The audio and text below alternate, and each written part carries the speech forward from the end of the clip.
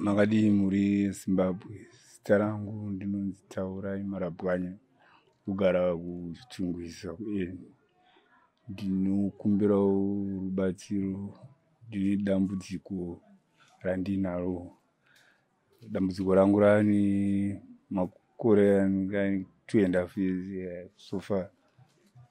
Dambudziko rangu nderekuti ndangotanga kuzvimba makumbo nedumbu richizvimba.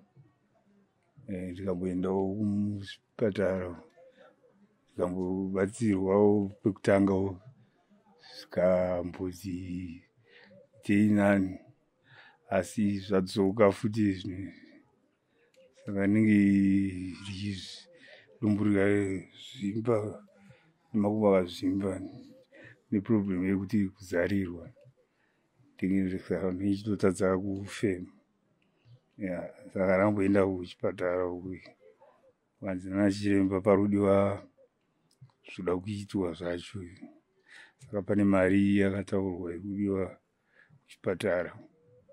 Inosvika kuma 275.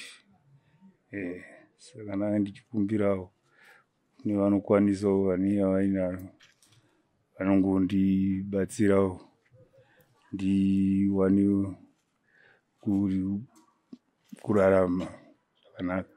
Nokuti ine kana kubasa kwandaitomboitawo zvekutengesa handichakwanisa kuti ndiende nokuti handitokwanisa kana kutoswera ndakamira.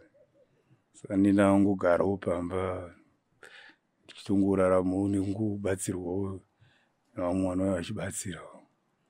Saka mwandibatsirawo zvingaitewo basa ndototendawo.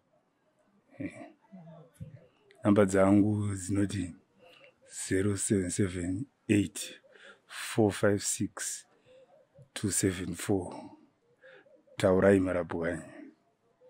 Ndikadzokorodza 0778 456 274. Taurai Marabwanya. Namba idzi dziri paEcocash here dziri paEcocash. Tinotenda muri yeZimbabwe ndiwo nyaya yange tinayo muzuva ranhasi.